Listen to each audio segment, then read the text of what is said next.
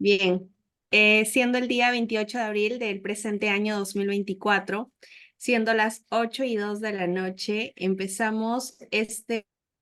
eh, empezamos el día de hoy con una frase acerca de la abogacía es una ardua fatiga puesta al servicio de las causas justas. Un ameno cordial y saludo a todos los audiovisores que se vienen conectando a través de todas las redes sociales de la Asociación Jurídica Derecho en Línea. Quienes habla es Azucena Viera Sánchez en calidad de moderadora, y el día de hoy se va a desarrollar la sesión número 7 del curso especializado de Derecho Constitucional, Procesal Constitucional y Derechos Humanos, que tiene el auspicio académico del Ilustre Colegio de Abogados de Chincha. Es grato comentarles que contamos con la presencia de un buen amigo de la casa, gran conocedor del derecho. Estamos hablando del doctor Eloy Espinosa Saldaña Barrera, que el día de hoy abordará el tema de límites del juez constitucional. Pero antes de dar inicio, daremos a conocer los aspectos más importantes de su hoja de vida del ponente. Es abogado por la Universidad Católica del Perú, doctor en Derecho con mención sobresaliente, summa cum laude por la Universidad de Educación a Distancia España, postdoctor en Derecho por la Universidad di Bologna, Italia, y ha sido magistrado y vicepresidente del Tribunal Constitucional del Perú. Fue perito de la Comisión Interamericana de Derechos Humanos ante la Corte Interamericana. Así también, premio extraordinario a la mejor investigación en España, y actualmente es profesor de la Facultad de Derecho de la Universidad Católica del Perú. En tanto, en nombre de la Asociación Jurídica Derecho en Línea, le damos la bienvenida a nuestra casa de estudios y de igual manera, estimada comunidad jurídica, hacerles recordar que si tienen alguna pregunta, pueden intervenir durante la ponencia alzando la mano para efectos de participar. Ahora sí, dejando todo recalcado, los dejamos con el ponente, le cedo el uso de la palabra. Muchas gracias, Azucena, muchas gracias a todo el equipo de Derecho en Línea, a la Asociación de Abogados de Chincha por la organización de esta actividad y sobre todo mi agradecimiento especial. Yo pensé que íbamos a estar los organizadores y yo en un domingo a las 8 de la noche con la competencia de los programas de televisión, anunciando alguno de ellos que incluso la fiscal Benavides, que es, digamos, un poco la estrella de la jornada, en este momento va a estar declarando un canal. Creí que íbamos a conversar prácticamente entre nosotros, pero veo que la convocatoria que han hecho los organizadores es realmente sobresaliente. Y el masoquismo también de quienes han metido merece reconocimiento. Bueno, vamos al punto. Dos recientes sentencias del Tribunal Constitucional nos vuelven a un tema que de todas maneras no está sacado. Un tema que siempre genera discusión. Un tema con el cual me siento muy identificado, incluso antes de haber sido magistrado del Tribunal Constitucional. Fue el tema de mi tesis doctoral que aquí se mencionó. ¿Hasta dónde llegan las competencias de un juez constitucional? Cuando tenemos casos como el caso de peajes y cuando tenemos casos como lo que ha resuelto el Tribunal Constitucional de suspender la habilitación que había planteado, la medida cautelar que se había planteado en el Poder Judicial ante una inhabilitación de dos miembros de la Junta Nacional de Justicia. ¿Eso lo puede hacer un Tribunal Constitucional? Muchas cosas han cambiado. Sin duda el mismo concepto, la comprensión de constitución ha cambiado.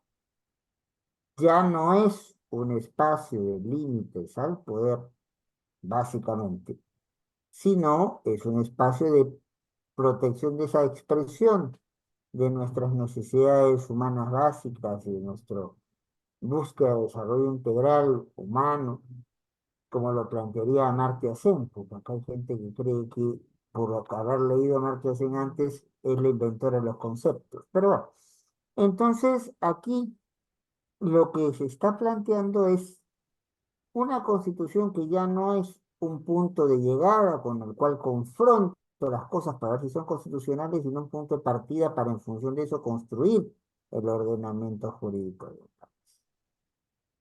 El concepto de juez constitucional también ha cambiado. Ya no es, si alguna vez lo fue, esa idea que propugnó Kelsen del legislador negativo.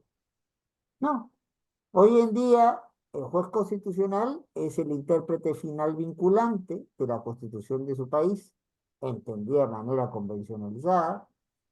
Siempre es aquello del supremo intérprete me ha parecido muy pomposo, pero bueno, es comúnmente utilizado.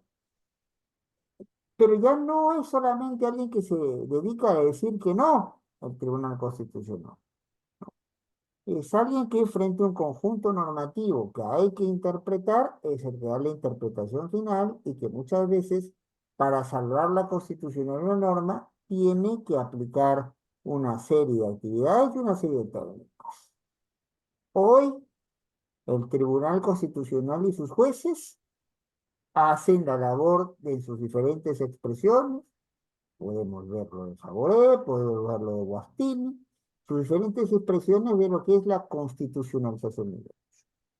Básicamente, la forma de organización del poder político en una sociedad, básicamente, el sistema de fuentes, cómo se genera derecho en un ordenamiento jurídico estatal y cómo deben comprender las diferentes disciplinas jurídicas y las instituciones dentro de esas disciplinas jurídicas, está marcado por el parámetro constitucional. ¿Y quién es el intérprete de cierre vinculante más calificado de lo que se dice o lo que se desprende del texto constitucional o lo que se debe comprender de este texto leído de cara con los convenios que hemos firmado e incluso a nivel internacional e incluso con aquellas normas de carácter ius cogeno, que son normas de orden público internacional? Pues es el juez constitucional. Y también hace el juez constitucional. La política y el derecho son dos cosas distintas. Pero, como bien diría nuestro maestro Néstor Sagüez, estupendo libro que siempre recomiendo revisar, Mundo Jurídico, Mundo Político, en un Estado constitucional como el que nos preciamos ser, todas las actividades en general y la actividad política en particular no puede hacerse de tal manera, sino tiene que hacerse de acuerdo con parámetros constitucionales. Ya esa idea de que hay zonas exentas del control de constitucionalidad es una idea que hay que ponerla en un ropero, donde se ponen las cosas viejas que no se usan. Entonces, el juez constitucional lo que tiene es que asegurar que el quehacer político respete los derechos de los ciudadanos, respete también los límites a la posibilidad de actuar de las autoridades. Entonces, las políticas públicas, las acciones concretas que se tomen, todas tienen que estar de cara con el parámetro constitucional. También el juez constitucional tiene la responsabilidad de la convencionalización del derecho. El Perú ha firmado tratados, sobre todo tratados sobre derechos humanos, y alguno de estos tratados tiene una interpretación vinculante hecha por un tribunal, básicamente en el sistema interamericano por la Corte Interamericana. Pero también los otros tratados que hemos firmado sobre derechos humanos nos comprometen. Ahí está el convenio 169 de OIT, que nos plantea todo el tratamiento de lo que es pueblos indígenas. Como lo llama la nomenclatura aquí, ha sido muy variada según los años, pero ahora, bueno, pues estoy interesado en pueblos indígenas, o sea, yo no puedo regular los temas vinculados a propiedad comunal de cualquier manera, yo no puedo regular las consultas populares de cualquier manera, debiera seguir los parámetros de un tratado que voluntariamente el Estado suscribió. Y debiera respetar también aquellas cuestiones que se han convertido en, como decía, costumbres internacionales, orden público internacional, o cómo se resolvió la disputa de límites marítimos con Chile.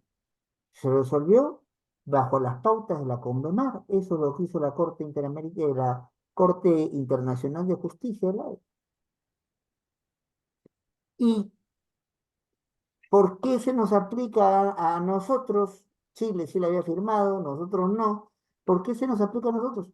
Porque son tantos los países, los estados que han aceptado esta Convención del Mar que se ha convertido, nos guste o no, en una costumbre de orden público internacional, un elemento de ellos cogen.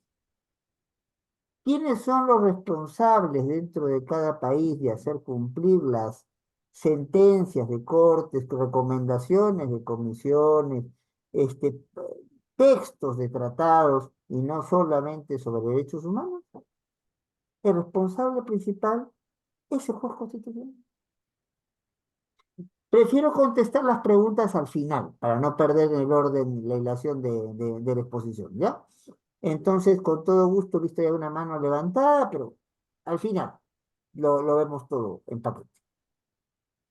Luego, ¿qué más hace un juez constitucional? Un juez constitucional hace una labor de mediación jurídica frente a los problemas políticos, económicos, sociales, incluso culturales de una sociedad.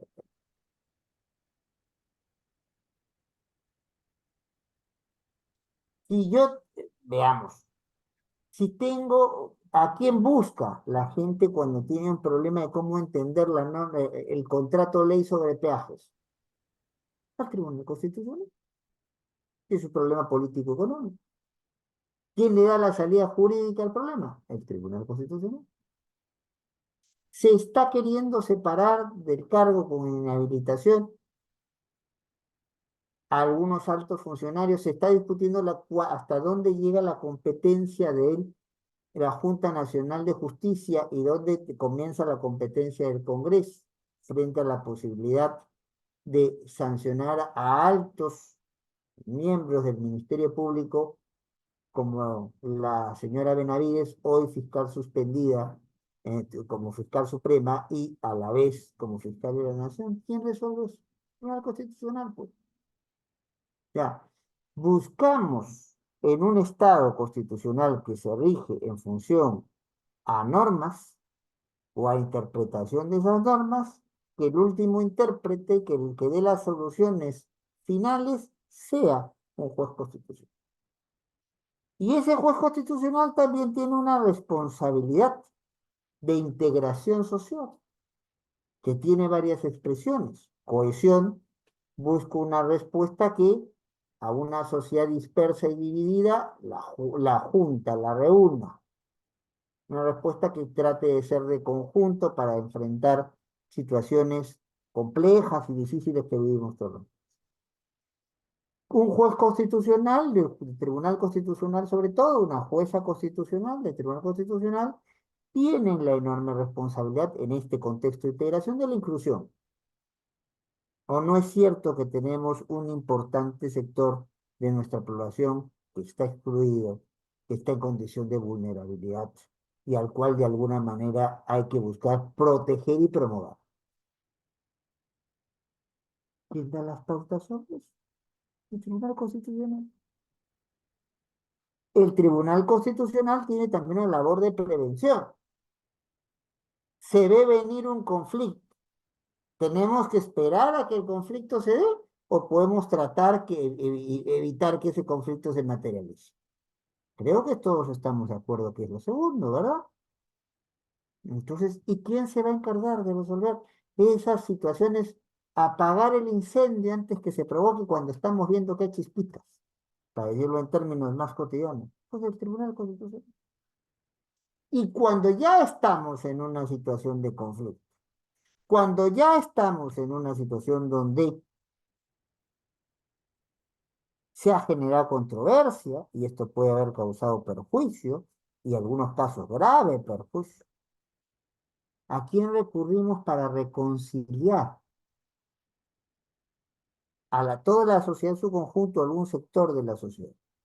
Pues la respuesta es muy obvia. En un Estado constitucional, al Tribunal Constitucional cuando usted existe. Y para poder hacer todo este trabajo, el Tribunal Constitucional puede recurrir a diversas técnicas. Solamente voy a mencionar tres. Una de ellas es de las llamadas sentencias interpretativas. La Constitución te menciona un concepto jurídico indeterminado o concepto que puede entenderse de manera equivocada. Un buen amigo mío ponía el viejo ejemplo de la causa. La causa puede ser un elemento del acto jurídico, la causa puede ser algo que origina ciertas situaciones y la causa puede ser un plato de comida. Por lo menos explico eso, pero el plato de comida, para que veo que hay público del extranjero y no tiene como necesariamente por qué saber. Es uno de los platos típicos del país en general.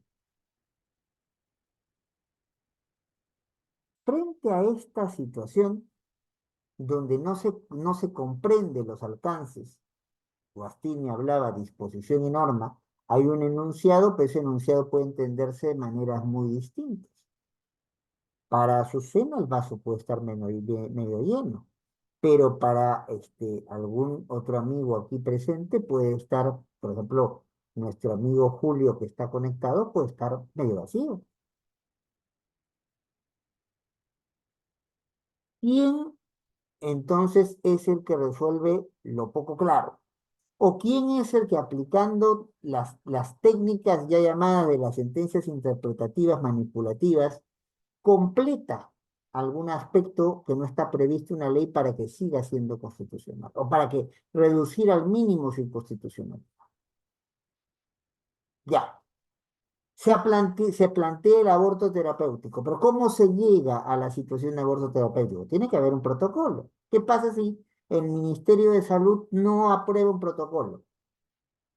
¿Vamos a dejar que la situación quede en el limbo o le va a tocar al Tribunal Constitucional en una sentencia adelantar, añadir lo que se llama las sentencias manipulativas aditivas, algunos elementos? ¿Qué pasa si el legislador, como diríamos en términos más coloquiales, se pasa de mambo y pone cosas que no debieran estar y que nos pueden resentir la constitucionalidad? No.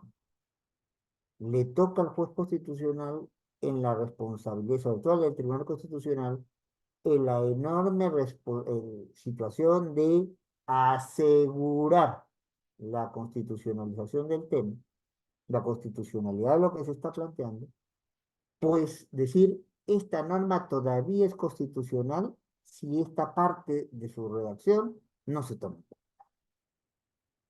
Eso se llama las sentencias manipulativas reductoras. Y en algunos casos tengo que poner y quitar los más difíciles, las sentencias manipulativas sustitutivas. Ahí queda claro que ya el juez constitucional no es pues un legislador negativo, en muchos casos es un legislador complementario mientras tanto haya respuesta del legislador ordinario. Estado de cosas inconstitucionales, ahí es una técnica más bien de carácter procesal.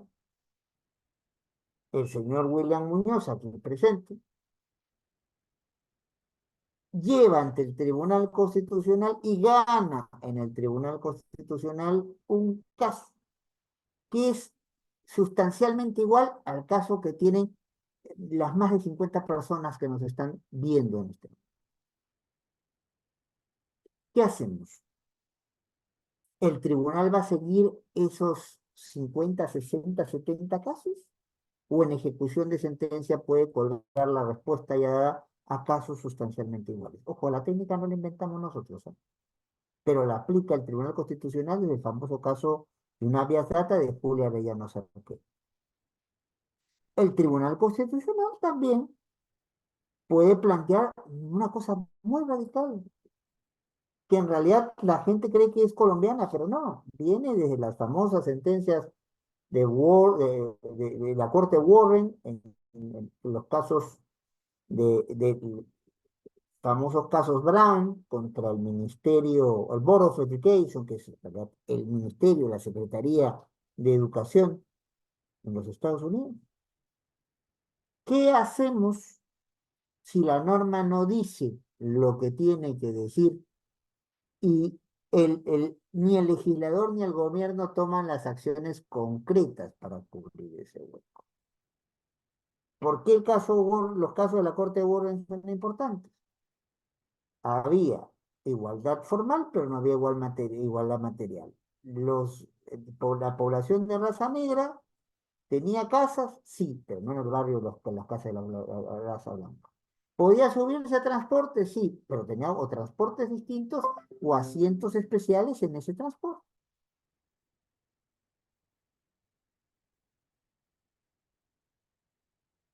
Y en ese llamado a resolver, emparejar la cancha, que todos tengan las mismas oportunidades, no los mismos resultados, porque eso dependerá de cada quien. Entonces, va a ser una Corte Suprema y esa pauta ha sido copiada por todos los tribunales constitucionales, porque en el fondo la Corte Suprema norteamericana hacen los Estados Federales norteamericanos, hacen los Estados Unidos a veces el Tribunal Constitucional. Y eso lo tenemos en el caso peruano. Nosotros fuimos de los promotores de la famosa sentencia de las hermanas Cies. No había ninguna previsión para el caso de personas que siendo mujeres solamente tenían acceso a educación primaria. No había colegios de secundaria. Y ustedes, los organizadores, que varios de ellos vienen de Amazonas, conocen bastante bien el caso. Las hermanas Cies estudiaron primaria en un colegio donde no estaba prevista la secundaria. Y si querían estudiar secundaria, tenían que irse 4 horas por la selva hasta Bagua Grande para estudiar en la nocturna. Y como todos podemos presuponer, pues la selva no está electrificada, no hay carteles, vaya usted por aquí, por este camino para llegar a Bagua Grande, ¿no? ¿Qué significaba? Que prácticamente se tenían que trasladar de ciudad a vivir en otra ciudad con una familia que era de escasos recursos. ¿Qué hacer en esos casos? Pues claro, ordenarle al Ministerio de Educación que haga un plan que permita que progresivamente todos los colegios estatales del país puedan tener la posibilidad de recibir niños y niñas. Si es un único colegio, está obligado a recibir niños y niñas en primaria y en secundaria, porque si no está frustrando el proyecto de vida de Azucena y de todas las mujeres de esas comunidades. Porque al no poder estudiar la secundaria, no puede llegar ni a una educación, ni a un centro universitario, ni a un centro de educación superior. Con lo cual, no va a poder llegar a ser probablemente lo que quiere ser a nivel profesional. ¿Quién está llamado a cubrir esos huecos mientras tanto, dando normas para suplir esta situación? Pues el Tribunal Constitucional. El Tribunal Constitucional es muy poderoso si sabe ejercer sus competencias. Pero eso en un Estado constitucional es permisible. ¿Es permisible que se haga de todo? No. En el Estado constitucional parte de la idea que el poder está dividido. Y no solamente dividido, sino que quien tiene cuotas de poder también tiene cuotas de responsabilidad. A alguien tendrá que darle cuenta de lo que hace o no hace, de lo que hace bien o de lo que hace mal. Y en ese tenor no se escapa el tribunal. En algunos casos, por su misma naturaleza jurisdiccional. Un juez, una jueza, con mayor razón, un juez y una jueza de un tribunal constitucional, no resuelve en función de esto a mí me gusta, esto me parece más interesante, esto me parece más adecuado. No hace un control de calidad de oportunidad. Lo que resuelve un juez, una juez, es en función a qué derechos, qué obligaciones, qué responsabilidades nos generan esos derechos y esas obligaciones. Y eso está muy claramente dicho de hace muchos años. Los invito a leer este estupendo libro de alguien que fue presidente de la Corte Constitucional Italiana, Gustavo Zagrebelsky, El derecho dúctil. Los invito a revisar alguna antigua sentencia de del Tribunal Constitucional Español, ponencia de uno de mis maestros, fallecido, asesinado por Leta, Tomás y Valiente, donde se dice muy claramente, el control de calidad-oportunidad es el control de los políticos. Otro libro ideal para mirar esta situación es otro libro de mi gran querido maestro Manuel Aragón Reyes, el control como elemento dentro de la Constitución. Una cosa es cómo miran los políticos y otra cosa cómo miran los jueces. El político ya no está conforme con el desempeño de Azucena y ella deja de ser ministra porque no solo la interpelan, sino la censuran. ¿Esa es la evaluación de un juez? ¿Me gusta el quehacer de Azucena como ministra o no? No. El juez decide si uno es propietario o no lo es, decide si uno tiene una deuda o no la tiene, decide si uno ha cometido un delito o no lo ha cometido, decide si entonces ha violado o amenazado derechos de otros o no los ha amenazado. La decisión del juez tiene una carga objetiva muchísimo más fuerte. ¿Qué más? En el sentido de lo que es la labor jurisdiccional de un juez, entonces un juez puede en el escenario constitucional, se habla pues en el escenario pues, realmente de todos los procesos de lo que es el jura non iure. El juez es el que conoce derecho. Entonces, si la pretensión está, pero no está bien planteada, le toca al juez, que es el que conoce derecho, esbozarla de manera adecuada. Eso en términos procesales constitucionales, y básicamente por el aporte de los mexicanos, en el escenario del amparo es muchas veces denominado suplencia de la queja deficiente. Pero esa suplencia de la queja deficiente, pero esa aplicación de dura no incuria, no puede hacer abandonar a un juez en general y menos a un juez o jueza constitucional en particular, que debe haber una mínima congruencia procesal. No puede ser que nuestro amigo Julio Duludeño vaya al Tribunal Constitucional a discutir que tiene derecho a que a que le atiendan su cobertura de salud y el Tribunal Constitucional no se pronuncia sobre eso, sino se pronuncia sobre si hay un buen tratamiento de resocialización educativa en las cárceles. Los jueces, y sobre todo los jueces constitucionales, no resuelven el caso que les gusta, resuelven el caso que se les propone. Si está mal propuesto el caso, lo pueden enderezar, pero no se pueden inventar más.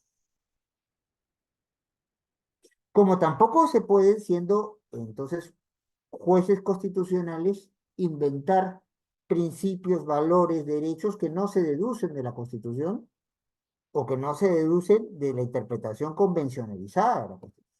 De allá hay otro libro genial de nuestro buen amigo Francisco Javier Díaz Reborio, Valores Supremos, Interpretación Constitucional, libro que debiera ser de cabecera para cualquiera que se dedique mínimamente al derecho. Ya no le digo al derecho constitucional, a cualquier área del derecho. Un juez constitucional también tiene límites por su naturaleza de la labor jurisdiccional que hace en función a la especialización de sus materias. Yo soy abogado, pero no tengo por qué conocer todo el derecho. Menos aún los términos de la medicina. Me acabo de meter y llevar hace 2 días un curso sobre inteligencia artificial, tema el cual me apasiona, pero el cual conozco muy poco. No tengo como juez por qué saber de genética. Para eso es que existe en el espacio constitucional y en el espacio general, todo juez puede tener la ayuda de un perito. Todo juez puede tener la ayuda de amicus curiae. Creo que el Código Procesal Constitucional, el actual, el de fines de 2022, ha cometido un enorme error, acabando con la posibilidad de que alguien se ofrezca, como era antes, para hacer amicus curiae, una lógica más dialógica a los procesos, que participen todos los que puedan aportar, y ahora no, no, no, no, no. Ahora es el juez o la jueza, si cree que necesita, quien habilita, quien convoca. No, la idea es que todo el que tenga que aportar pueda aportar en el proceso. Pero bueno, así por ahí van las normas y ahí se ha recortado. Y ahí tenemos un límite en un juez constitucional. Obviamente, si a mí, cuando fui vicepresidente y magistrado del tribunal, me preguntaban sobre genética, tenía una formación muy básica. Tenía que recurrir al experto, al experto. ¿Es o no un límite a la labor de un juez? Sin duda. Como también, y esto lo diría muy bien el buen Manuel Atienza, bastante conocido en el Perú por sus múltiples venidas, por su estupenda obra, y por el curso que hace de argumentación, que ha sido un curso que no solamente convoca peruanos, de hecho, su hombre de confianza para la cuestión operativa del curso es un peruano. Eh, Manuel Atienza, con mucha inteligencia, revierte los argumentos planteados por otro gran especialista en el derecho, que fue en su momento Work. Working decía que el derecho era un todo completo, donde se podían encontrar las respuestas y que el juez siempre podía tener, o la jueza siempre podía tener dentro del derecho, la respuesta correcta. Y eso, como lo comprueba Manuel y como lo han comprobado muchos otros más, no es así. La realidad no siempre es fácil. No todos son casos fáciles. No todos los casos son evidentes las respuestas. Hay casos intermedios, hay casos difíciles y hay incluso casos, como los llama Manuel, trágicos. ¿Qué hace un juez constitucional frente a un aborto terapéutico? ¿A quién va a tener en cualquiera de los escenarios? Alguien pierde. Se pierde la vida de la madre o se pierde la vida que está por nacer, porque los dos no pueden venir juntos. Y la famosa solución salomónica de dos mujeres diciendo que el hijo era suyo, y Salomón, para sacárselas de encima, le dice, bueno, pártanlo por la mitad, no es solución, ¿verdad? Entonces, un límite son precisamente los datos de la realidad concreta. Cuando los datos de la realidad concreta nos ponen en una situación muy compleja, en la cual no hay respuesta unívoca, o no hay, como los casos trágicos, una respuesta que pueda contentar a todo el mundo, y hay que escoger a lo que el juez le parezca menos malo para la sociedad en su conjunto, para el interés general en su conjunto. Estamos, pues, ante límites al juez constitucional. Pero, en este caso, me interesa ver aquellos límites del juez constitucional que tienen que ver más con su carácter de autoridad. Porque vaya que, si con todas estas competencias, el juez constitucional tiene una autoridad, que la ejerza bien, regular o mal es otra cosa, pero tiene autoridad. Y toda autoridad debe, primero, manejarse con criterios de racionalidad, con pautas que respeten una construcción lógica. Para los más mayores dentro de este grupo me entenderán mejor el ejemplo. Cantinflas está bien para las películas. Pero ¿qué ocurre con esto? Yo no puedo decir al mismo tiempo en una sentencia o en una decisión tomada por la administración, pero acá nos interesan más las sentencias y las sentencias de un juez constitucional, las sentencias de un magistrado de Tribunal Constitucional, una magistrada de Tribunal Constitucional, no puede decir que algo es blanco y no blanco al mismo tiempo, porque hay un principio lógico de no contradicción.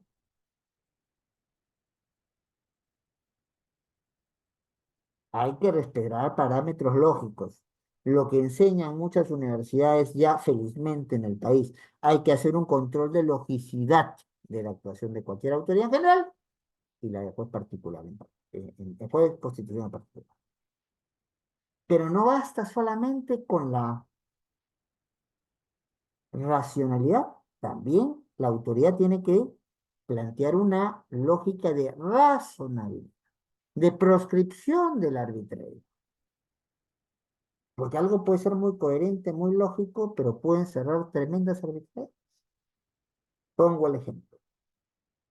Supongamos que entre los presentes está el alcalde de Chachapoyas o la alcaldesa de Chincha. Y ellos como autoridades, ante los grandes conflictos que estamos viviendo de seguridad ciudadana en todo el país, toman una decisión. Se ha comprobado que las personas de menos de 1,40 m son las que provocan los delitos. Quienes provocan los delitos deben ser eliminados de esta sociedad mañana, lunes, a partir de las 8 de la mañana. ¿Cuál es la consecuencia de eso? No estoy dando ideas a nadie, por cierto, ¿ah? ¿Ya? Pero ¿cuál sería la consecuencia de seguir el silogismo en esto? He puesto una altura para que nadie se sienta comprometido. ¿Ya? Si hay alguien con talla baja dentro del público, mil disculpas, es solamente un ejemplo. ¿Cuál sería la consecuencia lógica de esto? La consecuencia lógica de esto sería, si aplicamos ese razonamiento, que mañana, a partir de las 8 de la mañana, ya sea en Chachapoyas o sea en Chincha, acabamos con las personas de menos de 1,40 m. Entonces no basta con la lógica, basta con la defensa, también es necesaria la defensa de fines lícitos y la aplicación de medios adecuados, el test de proporcionalidad que todos conocemos, idoneidad, necesidad, proporcionalidad. Todos estos son límites al juez constitucional, pero probablemente el más importante sea el que voy a mencionar ahora para los dos casos que me estoy refiriendo. Porque no he venido, como se dan cuenta, se les alcanzó un texto, tengo entendido por los organizadores, se alcanzó un texto, y lo que yo estoy haciendo no es venir a contarles el texto que ustedes pueden leer, no, lo que estoy es aplicando las situaciones del texto a dos situaciones en particular, a las que ya he presentado antes. Caso de peajes, caso de la discusión sobre si están o no inhabilitados los señores Vázquez y Tello en sus cargos en la Junta Nacional. El criterio que nos falta mirar es el criterio de corrección funcional. Las abuelas nuestras dirían zapatero a tus zapatos. Para decirlo en términos técnicos, el poder del Estado se reparte en función de órganos, organismos o personas órganos que tienen competencias, a veces compartidas, a veces exclusivas, pero no opera la lógica aquí del derecho privado, donde la libre iniciativa define, salvo que hay una prohibición expresa de la ley. No, no, no, señor. Usted tiene competencias que le han sido asignadas con nombre y apellido, las competencias regladas, y usted, o tiene usted un margen de acción dentro del cual se puede desenvolver las competencias discrecionales. Y de eso no puede pasar, porque si pasa de eso, o está en abuso de poder, O sea, tiene la competencia para detener, pero detiene a todos los que están siguiendo esto, que ya son 60. Están aumentando la gente, entonces agradezco eso. Entonces, ¿qué es lo que puede entonces allí ocurrir? También ya no solamente el abuso de poder, la desviación del poder, que fue lo que pasó con el tema de FONAVI. La gente les contaba una cantidad de su sueldo para construir casas, para construir departamentos, para tener donde vivir. ¿Y ese dinero se utilizó para eso? ¿O se utilizó para cualquier otra cosa que no fuera eso? Desviación del poder. Como queremos evitar la desviación del poder, como queremos evitar el abuso del poder, el juez constitucional, como toda autoridad, tiene que ceñirse a su margen de competencias, a las competencias que le están establecidas o a las que se desprenden de sus márgenes de acción. Ni más ni menos. Esto dentro de lo constitucionalmente posible. Hay tres niveles, como sabemos, ¿no? Lo que está constitucionalmente prohibido, la Constitución nos dice no, con mayúsculas y resaltador. Lo que es constitucionalmente necesario, por ejemplo, el reconocimiento de los derechos. Y hay siempre una situación intermedia que es lo constitucionalmente posible. Entonces, no podemos ir a lo constitucionalmente prohibido, tenemos que hacer lo constitucionalmente necesario y podemos manejarnos dentro de lo constitucional. Ahí está el escenario de los límites. Vamos a las dos situaciones concretas, porque me dijeron que hablar 1 hora y ya estoy en 40 minutos. ¿Puede el Tribunal Constitucional meterse en sede de habeas corpus a anular las cláusulas de un contrato de ley o por lo menos suspenderlas? Para los que no son de nuestro país, que hay algunos que nos están siguiendo, escuchando, entonces el artículo 62 de nuestra Constitución establece la figura del contrato de ley, que no solamente está en el Perú, la Corte Constitucional Colombiana también ha desarrollado una situación parecida. ¿Cuál es la idea de los contratos de ley? Yo quiero tener una inversión fuerte, de gran envergadura y sostenida en el tiempo con condiciones que no varíen, y sobre todo que no varíen con el manoseo que pueden tener desde el legislador. Entonces, el acuerdo se firma entre una repartición estatal y un particular, que puede ser una persona natural, una persona jurídica, peruana, extranjera, eso es lo que menos importa.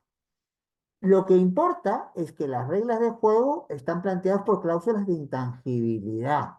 ¿Qué quiero decir con eso? Cláusulas que no se tocan. Durante la relación del contrato, esto no lo mueve nadie en principio, y si lo mueven a alguien, son los que firmaron el contrato.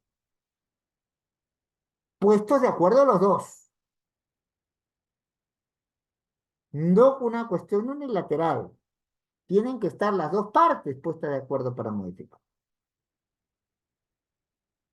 ¿Qué ocurre? La Municipalidad Metropolitana de Lima firma un contrato ley para hacer la concesión de peajes. Ese contrato es firmado por la señora Villarán cuando alcaldesa, es ratificado por el gobierno municipal que vino después del señor Castañeda, donde, por cierto, era regidor el actual alcalde de Lima, el señor López Aliaga. ¿Qué ocurre? Cuando todavía no era López Aliaga alcalde, se convence al Congreso y el Congreso aprueba una norma por la cual unilateralmente el Estado podría modificar los contratos de ley. Yo estaba todavía en el tribunal en ese momento. ¿Y nosotros qué hicimos? Pues obviamente, se estaba violando un artículo de la Constitución, se estaba violando un artículo de la Constitución. Y dijimos, esta ley no va. La demanda es declarada infundada.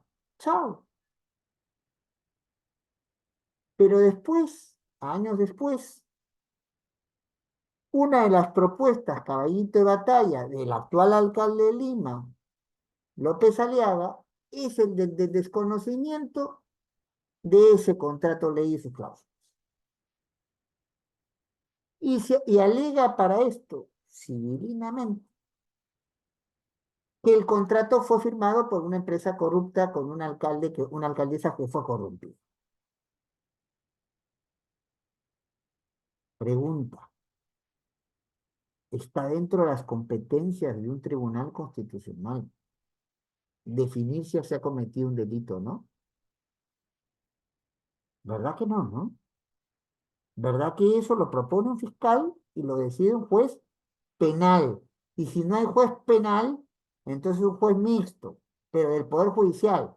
El Tribunal Constitucional no tipifica delitos ni aplica las penas que son como consecuencia de la sanción de la infracción penal común. Dos, asumamos que es una falta administrativa. El derecho administrativo sancionador es muy rico en el Perú y en todas partes. Pero yo, instancia administrativa, ¿tengo las mismas competencias que un tribunal constitucional? No. El Tribunal Constitucional puede detectar infracciones administrativas y poner sanciones administrativas. Que sepa, no. Con el agravante que este proceso se plantea en el escenario de habeas corpus para la protección de la libertad personal. Y alegando la libertad personal, se suspende la aplicación de ciertas cláusulas de un contrato ley que son intangibles. Que a tal caso las partes se tienen que poner de acuerdo para modificarlas. En el mejor de los casos debió darse una reconversión, que es una técnica aplicada en el Perú hace muchos años, de convertir ese habeas corpus en amparo. Lo planteó uno de los magistrados en su fundamento de voto. En mi caso, dice. Pero a lo que vamos es, ¿el tribunal lo puede hacer todo? ¿El tribunal puede ser una lógica de hiperactivismo y meterse en competencias que no le corresponden? No son las partes dentro de un contrato ley las únicas que están autorizadas a poder modificar sus cláusulas y acuerdo a las partes, no unilateralmente. Y otro agravante en este caso, el señor Paraizamán, el que llega al tribunal, no pide que no se paguen los peajes, pide que la caseta que está en el distrito de Portepiedra se destroce. Quien pedía que no se paguen los peajes eran otros, incluso la municipalidad de Pontepiedra, que es un distrito, llamaríamos en el Perú barrio, en otros países. Entonces, Colonia en México, ¿no?, pide que esto se saque. Entonces pide que esto no se pague, pero no es para el Samán. O sea, el tribunal no solamente asume competencias que no son las suyas, sino que asume un caso que no se le ha planteado.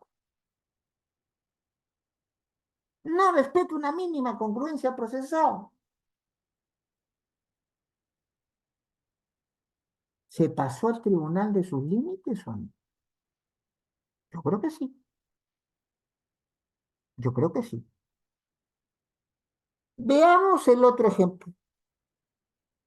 Más reciente, bueno, más reciente es todo, ¿no? En el Perú las cosas cambian de una dinámica tal. Estamos hablando de un caso la semana antepasada y ahora hablamos del caso, voy a hablar del caso de la semana pasada. ¿Qué ocurre aquí? Existe ya un sostenido enfrentamiento entre el Congreso y la Junta Nacional de Justicia, que para quienes no son del país y nos están escuchando y viendo, la Junta Nacional de Justicia es el órgano que se encarga de nombrar jueces y fiscales, es el órgano que se encarga de la evaluación de desempeño de jueces y fiscales, y que en ciertos contextos se encarga de la destitución de jueces y fiscales. Pero, además, se le ha asignado la competencia de nombrar a las autoridades, algunas de las autoridades más importantes dentro de las labores electorales. Nombra y ratifica, de ser el caso, al jefe o jefa de la OMP, que es la Oficina Nacional de Procesos Electorales, la que se encarga de la administración electoral. Nombra o ratifica, en el mejor de los casos, al jefe o jefa del Registro Nacional de Identificación y Estado Civil, que es el encargado de llevar los padrones. Quién vive, quién muere, dónde vive, dónde muere, que es importantísimo para ver quién vota y quién no vota. Entonces, el jurado, la Junta Nacional de Justicia es una institución esencial para el buen funcionamiento del Estado constitucional en el Perú. Pero pues no se ha buscado destituir a algunos de sus miembros. Y es más, el Congreso decide la destitución y la inhabilitación, que lo que quiere decir es que no solo se les saca el cargo, sino no se les permite ejercer función pública durante un tiempo establecido, a dos de los miembros de la Junta Nacional de Justicia, la señora Inés Tello y el señor Aldo Vázquez. Ya nos excederíamos el tiempo si digo por qué son las razones por las cuales ellos dos y no los otros 5 miembros de la Junta, que en realidad ahorita son, bueno, no, lo dejo. Entonces, ¿qué es lo que pasa? Tello y Vázquez presentan un amparo para que no sean removidos del cargo, defendiendo su derecho de acceso a la función pública, su derecho al trabajo, su derecho a un debido procedimiento. Y ese caso va por ahí. Ese caso está en el Poder Judicial. Ese caso está en la tercera sala constitucional de Lima. Y ese caso todavía no está ni siquiera terminado. En ese caso, en el mientras tanto que busca toda la medida cautelar, se ha dictado una medida cautelar para que no se les aplique la inhabilitación y no se les mueva del puesto. ¿Qué ocurre? El Tribunal Constitucional está conociendo un proceso abstracto. Le llamamos en el Perú proceso competencial. Yo decido si nuestro amigo Peter, o Peter, no sé cómo lo pronunciará él, entonces, ¿es quien puede hacer algo o es quien no debe hacer algo o es quien pudiendo hacer algo se está excediendo sus competencias menoscabando las de otros? Y aquí la discusión es hasta dónde llega lo que puede hacer la Junta Nacional de Justicia y hasta dónde llega lo que puede hacer el Congreso. El señor Vázquez, la señora Tello, no son parte en ese proceso, porque es una discusión entre instituciones. Sin embargo, ¿qué hace el Tribunal Constitucional? En su caso, ¿qué es en abstracto? Para ver la competencia de instituciones, se pronuncia y suspende los efectos de una medida cautelar dada en un amparo. El amparo planteado no por la Junta, planteada por la señora Tello, por el señor Vázquez.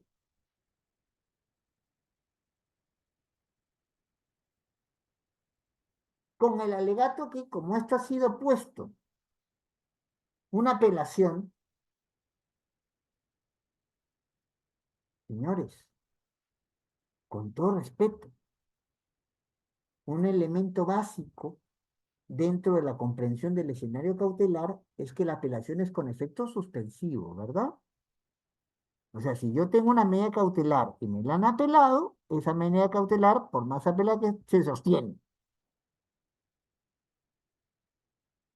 Entonces, aquí va la competencia de meterse en un caso que es concreto y que es en el Poder Judicial y que tiene que ver con la defensa de derechos, cuando yo estoy conociendo en abstracto la determinación de competencia. Me meto en una medida cautelar que no me corresponde para decir que en suspenso hasta que se resuelva una apelación. Cuando las apelaciones de estos casos siempre tienen efectos suspensivos. O sea, mantienen las cosas, pero no, ellos no mantienen las cosas. La decisión de ellos es que Vázquez se va, que Tello se va, que se les aplica la inhabilitación a Vázquez y a Tello. Sin duda alguna, también aquí se está sobrepasando el margen de acción que tienen. Entonces, conclusión en los 4 minutos que... En el Estado constitucional, nadie tiene competencias sin control, sin límites. Nadie puede hacer lo que quiere y como quiere, ni siquiera el Tribunal Constitucional. El Tribunal Constitucional, entonces, no puede unilateralmente habilitar la modificación de cláusulas de un contrato ley. El Tribunal Constitucional no puede, entonces, meterse a pronunciar en un proceso concreto que está viendo el Poder Judicial y que lo tiene en trámite para suspender una medida cautelar que por su propia naturaleza, cuando es apelada, no se suspende, sigue teniendo efectos. Estas cosas no pueden volver a pasar. Con todo respeto a mis buenos amigos de la actual composición del tribunal, yo soy más amigo de la verdad que de mis amigos. Esto no puede repetirse porque va en directo detrimento de las labores propias de un tribunal constitucional y de un juez constitucional. De las cosas hay que decirlas, aunque esto nos pueda costar riesgos, porque hay gente que no les gusta que lo critiquen y después o te buscan algo o te desnaturalizan algo o te inventan algo.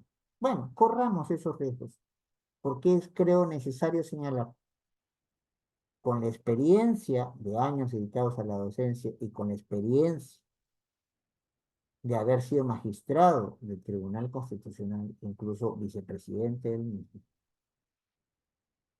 que tenemos que manejarnos con respeto y con prudencia a las competencias de cada uno,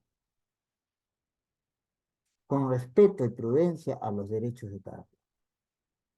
Si no, esto no es un Estado constitucional, sino una sombra pálida de lo que el Estado constitucional es. Justo en tiempo. Muchas gracias por la oportunidad de haber expuesto y quedo a disposición de las preguntas que buenamente se me quieran formar. Sí, muchas gracias, doctor Eloy Espinosa Saldaña Barrera. Felicitarlo por tan ilustre abordaje del tema como es límites del juez constitucional. Tenemos unos minutos para que pueda responder algunas preguntas por parte del público a todos los que estén conectados y necesiten o tengan alguna duda, necesiten formular alguna pregunta mediante chat de Zoom o también tienen la opción de levantar la mano para que se les pueda dar el uso de la palabra. Veo que ya hay algunas preguntas formuladas, no sé si las has anotado, a Azucena. Entonces hay algunas preguntas anotadas en el chat, pero no sé si las estoy registrando todas. Sí, Podríamos, claro. las tienes Ajá. anotadas, entonces vamos con las preguntas de una buena vez y Bien, agradezco perfecto. a quienes han ya estado felicitando mi exposición. Sí, uno de los participantes, Denis Julio Huancapaza, nos menciona con respecto a la autonomía procesal del Tribunal Constitucional.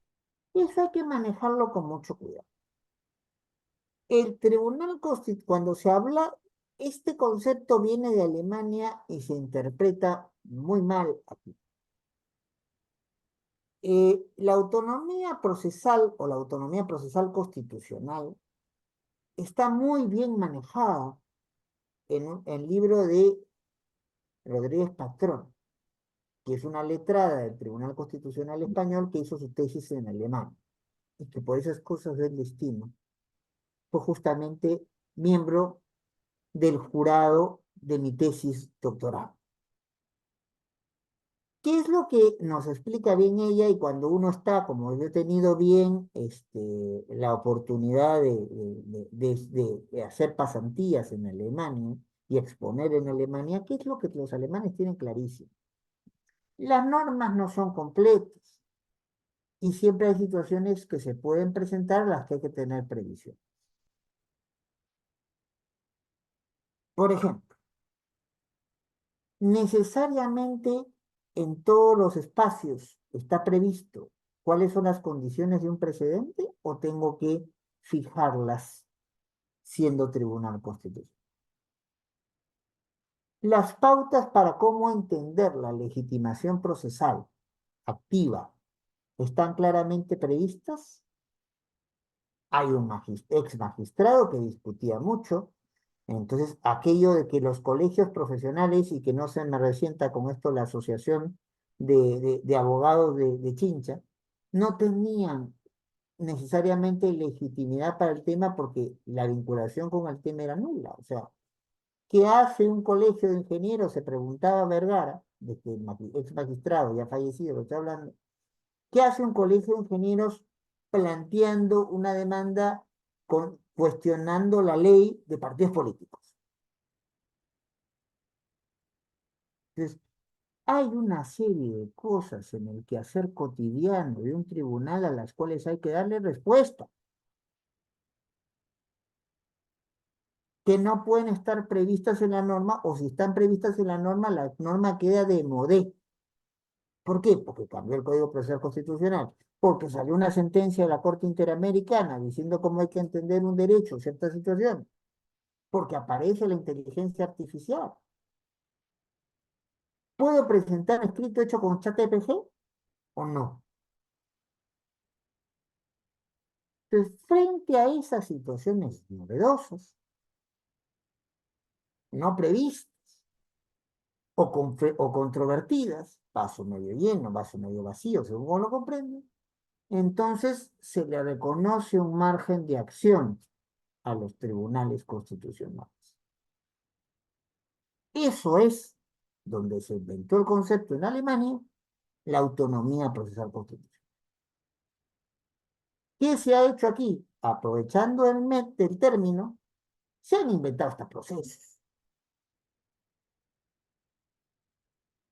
Los españoles dirían, nos hemos pasado 3 pueblos. O sea, ha habido un uso desmedido del concepto que tiene unos parámetros muy claros y acotados donde fue originalmente. Ahora, por eso mismo, esa autonomía procesal constitucional alegada no le permite al tribunal suspender una medida cautelar dictada en un proceso de amparo, ¿ya? Hasta que se vea la apelación, máxime si la apelación tiene efecto suspensivo. O sea, tocar la medida cautelar es verdaderamente autohabilitarse para eso. Eso no es autonomía procesal constitucional. Tampoco es autonomía procesal constitucional el hecho de yo no soy parte del contrato como el Tribunal Constitucional. Lo es el señor John Abel Tito y lo es la señora Mariel Pizarro. Entonces, a tal caso, si es un contrato con cláusulas de intangibilidad, ¿lo puede cambiar uno de ellos solo? No, tiene que ponerse de acuerdo los dos.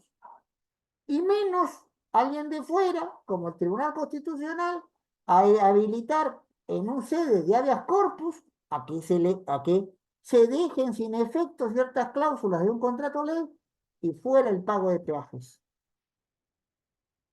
Yo no digo que sea bueno el pago de peajes, pero así no se hacen las cosas. Además, algo que no dije en su principio, el tribunal, el contrato ley de este tipo de situaciones de peaje obliga a la entidad estatal que tome responsabilidades, como por ejemplo las de crear vías alternativas. No sé cómo será el asunto en la zona de Chachapoyas, pero por ejemplo aquí en Lima, Rutas de Lima, que tiene las cuestiones de peaje, al lado de la autopista, donde tú pagas el dinero para el peaje, hay una carretera, la antigua Panamericana Sur. Entonces, si tú no quieres pagar peaje, vas por la antigua Panamericana Sur. Hay una alternativa. No todo el mundo está obligado a pagar peaje. ¿Y de eso de quién es responsabilidad? ¿Del concesionario o de la entidad estatal? De la entidad estatal. Y pasó el gobierno municipal de Villarán, pasó el gobierno municipal de Castañeda, ya está avanzado el gobierno municipal de López Aliaga, ¿y qué previsión se hizo para cumplir esa parte del contrato que le tocaba a la municipalidad? No, ninguno. Entonces, ¿puede hablarse de autonomía procesal constitucional en un contexto donde me invento competencias que no tengo? No. Ese sería un uso indebido de un concepto que tiene un espacio acotado. Con eso creo que contesto la pregunta que se me ha planteado, salvo mejor parece. ¿Cuál sería otra pregunta, por favor? Sí, doctor. Otra de las preguntas por los participantes ¿es posible que en alguna de sus decisiones el Tribunal Constitucional pueda incurrir en arbitrariedad? ¿Y quién podría determinarlo de manera legítima? Esta es una vieja discusión sobre que va de la mano con que si el Tribunal Constitucional constata, porque se lo han hecho notar, o porque o lo ha comprobado de oficio, que alguna de sus sentencias ha incurrido en vicios de nulidad. ¿Puede o no declararse nula una sentencia del Tribunal Constitucional por el mismo tribunal? Bueno, si uno lee el mentado artículo 121, creo que es, dice, no cabe impugnación contra sentencia del tribunal. Y eso no es tan cierto, ¿ah? En una composición anterior del tribunal a la nuestra, en el caso Cerro Prieto, se permitió un amparo contra una resolución del mismo tribunal. Y llegó al tribunal y el tribunal resolvió. Y ha habido, entonces, muchas situaciones en las cuales de manera poco orgánica se reconoció que la sentencia del tribunal estaba mal hecha, que tenía vicios. ¿Dónde se pone orden en la casa? Con una sentencia de la cual, sin falsa modestia, yo fui suponente, el caso Cardoso, donde se dice, siguiendo parámetros que no son tampoco nuevos nuestros, ¿eh? Parámetros que ha manejado la Corte Constitucional Colombiana en muchos años, que en supuestos excepcionales debidamente establecidos, cabe declarar la nulidad de una sentencia del Tribunal Constitucional. ¿Qué es lo que ha hecho por lo menos en nuestra composición hacia el tribunal? Muchas veces decía, esos supuestos excepcionales no se dan y por eso no declaro nula mi sentencia. Pero estaba establecido al principio. La lógica de nuestros colegas, sucesores, no ha sido la misma. Tampoco era una lógica uniforme en nuestra época. Eso por la posibilidad de control interno. Ahora, como la arbitrariedad es la violación plasmada en términos de derechos de la dimensión material, no sustantiva. Eso de sustantivo y adjetivo en el debido proceso es una cosa prehistórica que no deberíamos repetir. La dimensión material del debido proceso. Eso, entonces, si hay comportamientos arbitrarios, el artículo 8, entendido de una manera amplia como lo está entendiendo ahora la Corte Interamericana, que podría tranquilamente justificar el planteamiento de un cuestionamiento de la sentencia del Tribunal Constitucional. Claro, me dirá quien pregunta que el camino es muy largo porque hay que ir a la comisión, entonces, y la comisión tiene que hacer suyo el caso para que no sea solo una recomendación a la Corte. Y la Corte no es precisamente la gran Corte de Luxemburgo con varias salas, de Estrasburgo, perdón, con varias salas para poder resolver como es el Tribunal Europeo de Derechos Humanos. Son 7. Bien. Y los casos por eso demoran. Pero si la pregunta es, ¿el camino existe? El camino existe. ¿Es poco utilizado internamente? Sí. ¿Es utilizado externamente y demora? También. Pero ahí están las alternativas.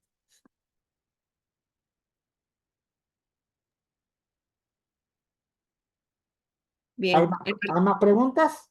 Sí, una última pregunta. William Pacheco Guzmán menciona qué opinión tiene usted respecto a que algunos jueces superiores de diferentes cortes consideran que los bonos excepciones del Poder Judicial son de naturaleza remunerativa, interpretada en relación a normas internacionales, cuando es el mismo Tribunal Constitucional que declara que estos bonos no tienen ningún carácter remunerativo.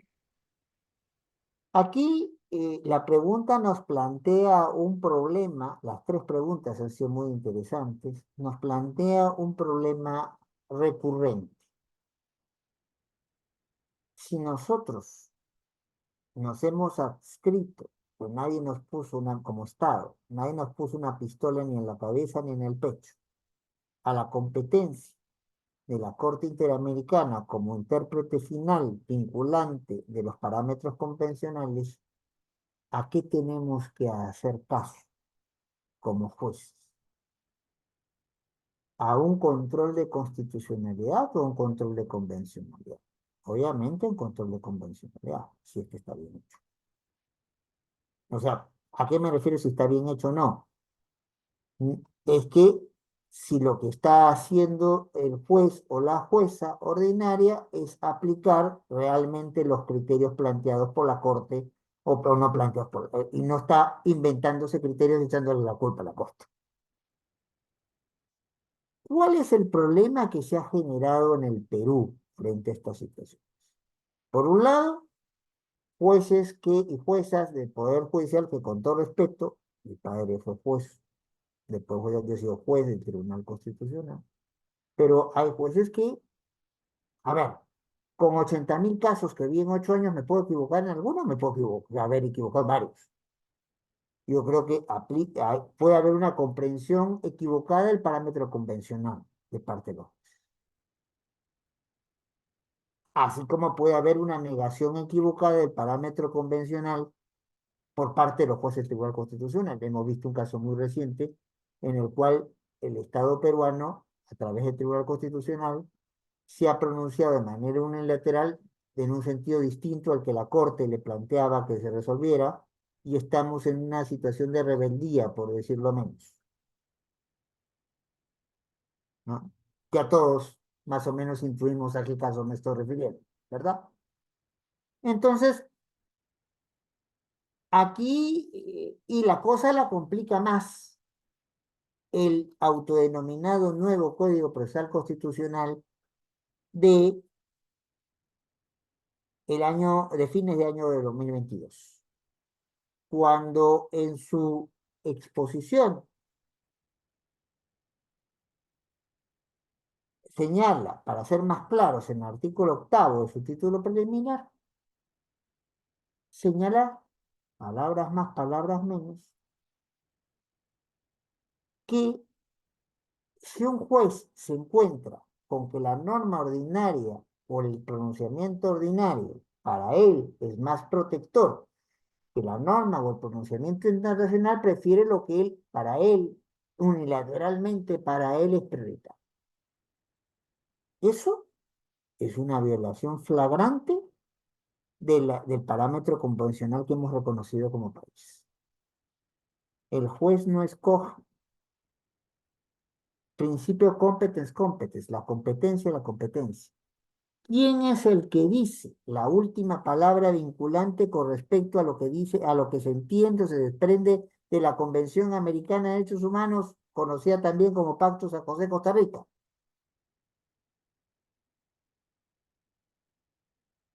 La Corte Interamericana. Entonces después no puede deshojar margaritas para decir, yo escojo lo que me parece más bonito, lo que me parece más adecuado. No, no, no.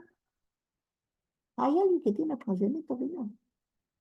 Yo puedo discrepar razonablemente, de manera justificada, para evitar, entre otras cosas, la sanción disciplinaria por el inconducta funcional de no seguir un parámetro ya previsto, porque el juez tiene derecho a pensar distinto.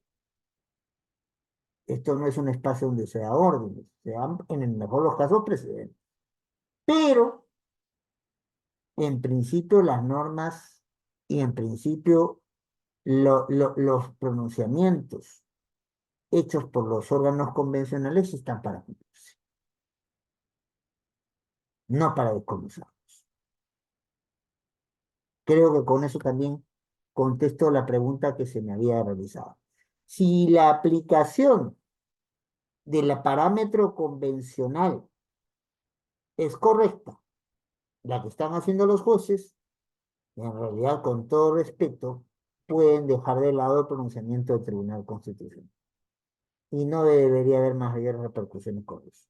Pero, claro, siempre y cuando los jueces estén haciendo una interpretación adecuada conforme a lo previsto en el escenario convencional.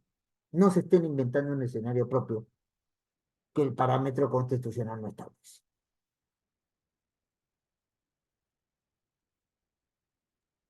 Sí, doctor. Antes de ya dar por terminada esta ronda de preguntas, Walter nos mencionaba de que también quería formular una pregunta. Es la siguiente. ¿Estamos en un estado constitucional o un estado donde priman las decisiones políticas antes que lo constitucional? Era la pregunta que nos formulaba Walter Bernard. A ver, estamos en un estado que busca ceñirse a pautas constitucionales, sí, pero estamos en una gravísima crisis institucional. Mi buena amiga Carmen McCuey diría que en realidad esto también pasó al inicio de la República y tiene, conjuntamente con otro autor, en el 22 un libro muy interesante describiendo qué pasaba en los primeros años de la República, y casi casi podríamos cambiar de nombres y encontrarnos con situaciones muy parecidas. Pero lo cierto es que de lo que hemos vivido en estos últimos años, probablemente esta sea la crisis institucional más aguda. No hay partidos políticos, no hay ideologías. Hay cascarones electorales que se guían en función a intereses de grupo o individuales.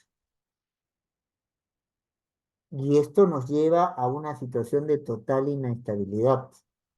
No es casual y no es solamente culpa de la pandemia que hayamos caído después de más de 20 años en recesión. No es casual que se nos haya rebajado en la consideración de poder ser país que reciba inversiones. No es casual que si llegamos a tener un crecimiento el próximo año, se calcula que ese crecimiento sea de un 2% y pico. El Perú llegó a crecer hasta 7, 8%, y para mantener el nivel de no solo crecimiento, sino desarrollo que se quiere alcanzar, bienestar para la población, deberíamos crecer por lo menos un 6%. La corrupción en sus diferentes manifestaciones es algo que está muy presente, ya ni siquiera en las instituciones, en la vida cotidiana de todos nosotros. La inseguridad ciudadana es un elemento que no se puede o no se sabe controlar. Frente a estas difíciles situaciones, ¿qué hacemos?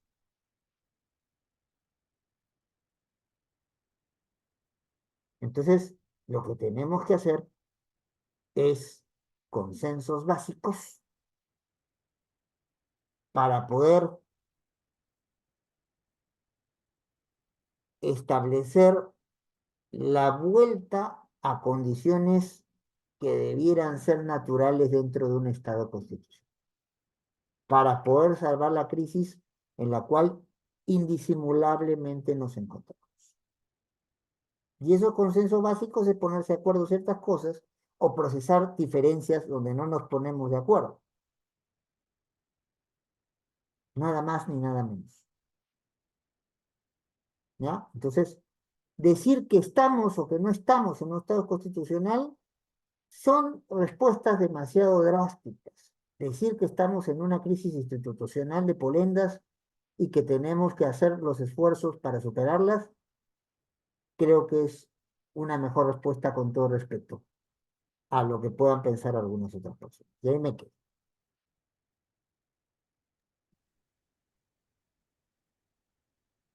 Bien, ahora cerramos lo que es la ronda de preguntas.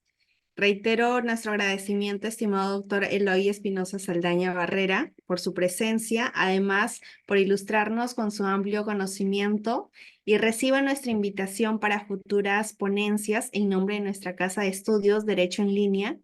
Lo que se está presentando en pantalla es el reconocimiento para usted.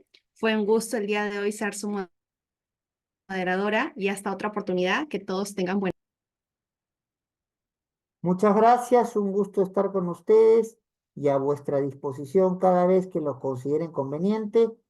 Un fuerte abrazo para todos y sobre todo para la gente que con gran esfuerzo se ha quedado hasta esta hora de la noche, un día domingo, escuchando esta modesta exposición. Muy amable, mi buen doctor. Excelente ponencia. Admiro mucho su labor y hoy nos ha disertado los límites del juez constitucional y nos ha dado algunas pepas jurídicas, cómo actuar de la coyuntura jurídica, lo que está pasando. Y téngalo por hecho que queda cordialmente invitado para próximos eventos. Un fuerte abrazo, nos vemos pronto. Un fuerte abrazo y nos vemos muy pronto. Hasta luego. Hasta luego, doctor.